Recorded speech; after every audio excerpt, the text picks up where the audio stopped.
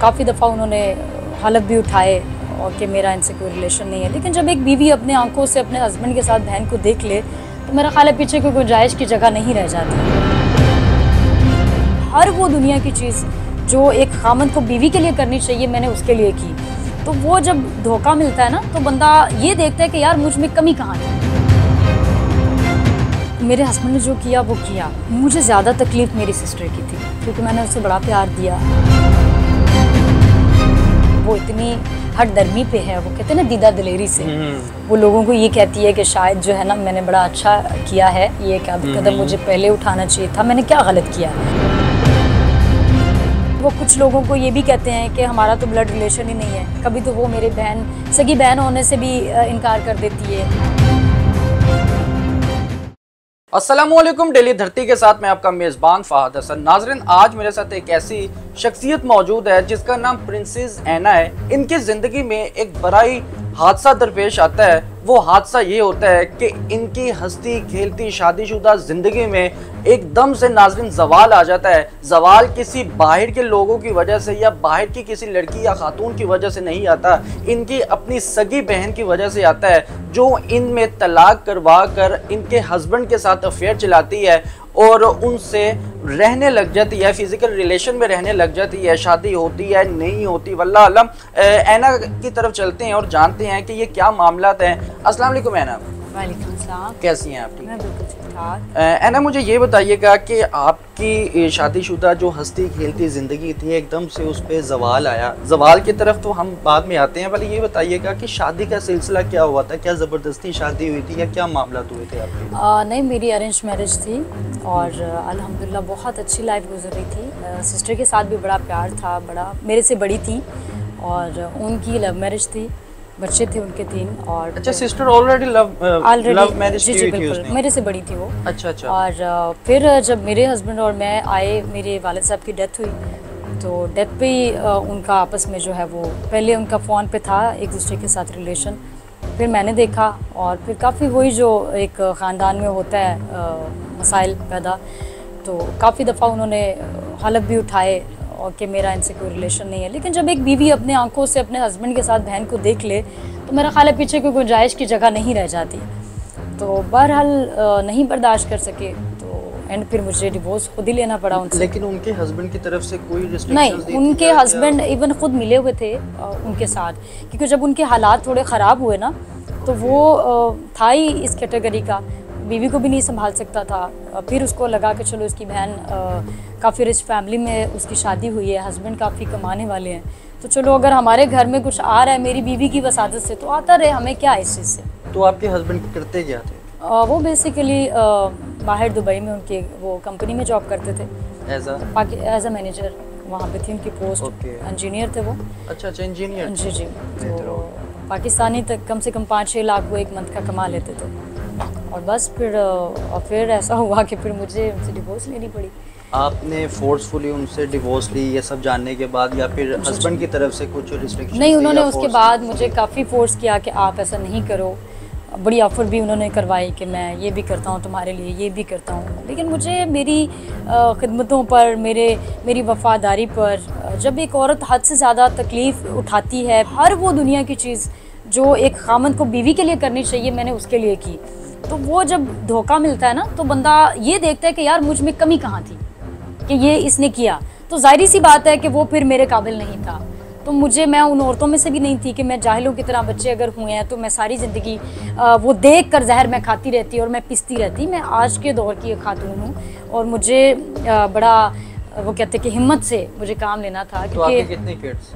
मेरे माशाल्लाह 3 बच्चे हैं। माशाल्लाह। बेटे हैं कि बेटी? मेरे 2 बेटे हैं और 1 बेटी है। माशाल्लाह। तो उन्होंने इस तरफ से भी अपने बाप होने का फर्ज नहीं निभाया कि आपको कहा हो कि बच्चे मुझे दे दो, मैं अपने बच्चों को कम से कम रख लूं, या बच्चों का कोई मुआवजा खर्चा किसी किस्म का कोई उन्होंने? जी नहीं, बिल्कुल भी नहीं। तो उसके बाद जब वो दोनों खुलकर सामने आ गए, फिर उसके बाद आपने क्या किया?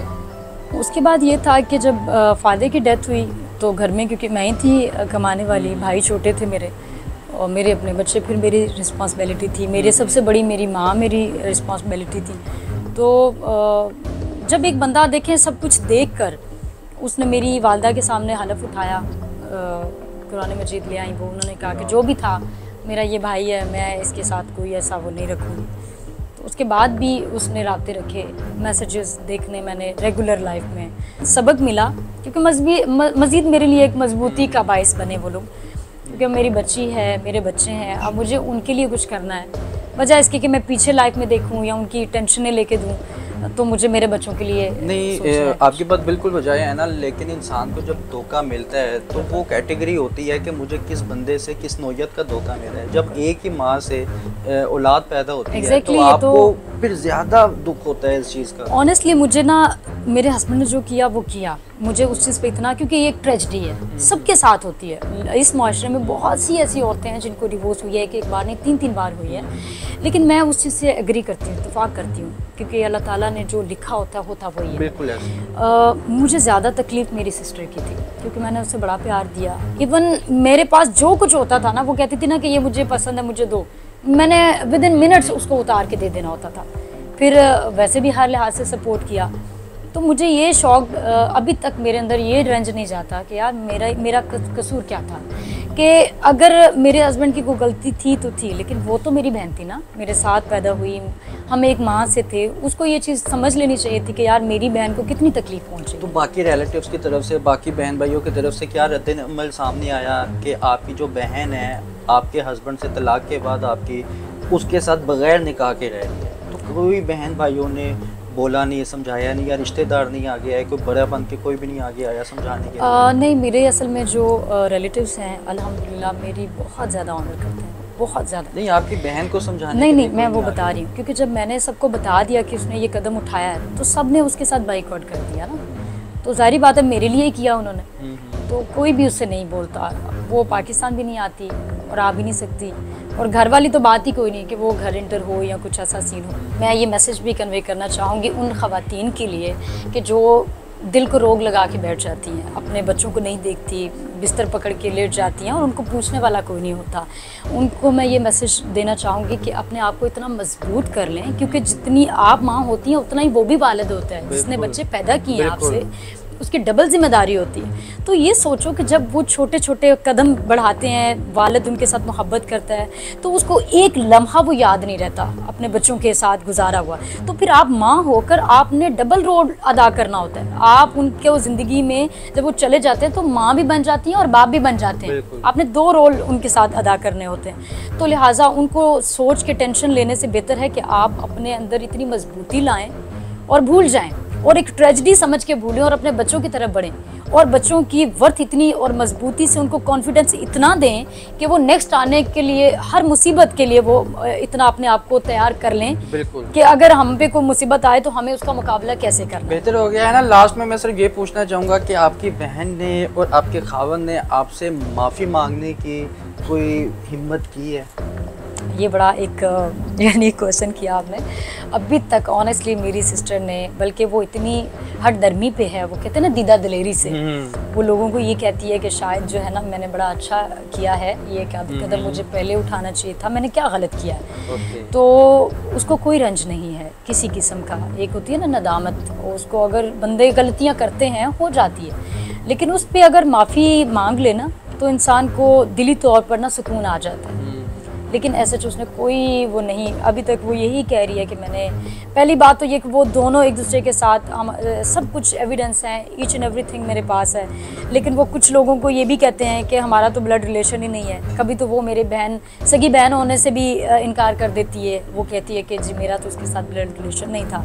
जब लोग ये कहते हैं ना कि यार तुम्हारी सगी बहन थी, तुमने ये किया, तो उस सूरत में वो कहती है कि नहीं मैं इनकी सौतेली बहन हूँ। तो यानी वो माँ से ही मुनरफ हो गई। अच्छा, आपके हस्बैंड ने आपसे, तो चले हम नहीं एक्सपेक्ट करते ना आप एक्सपेक्ट करती है कि आपके हस्बैंड आपसे कोई हाल अहवाल पूछेंगे, लेकिन कम से कम बाप होने के नाते कभी उन्होंने बच्चों का हाल भी पूछने की जहमत नहीं की? नहीं, बिल्कुल भी नहीं की। बेहतर हो गया। नाज़रीन, ऐना साहिबा हमारे साथ मौजूद थी, जिनकी गुफ्तगू आपने समाअत फरमाई और इनकी कहानी आपने इन्हीं की ज़बानी जानी कि जिस तरह से इनके खावन ने इनकी सगी बहन के साथ मिलकर इनको धोखा दिया। नाज़रीन, आप भी अपनी राय का इजहार कमेंट सेक्शन पे कीजिएगा और इसी के साथ अपने मेज़बान को इजाज़त दें। अल्लाह हाफिज़।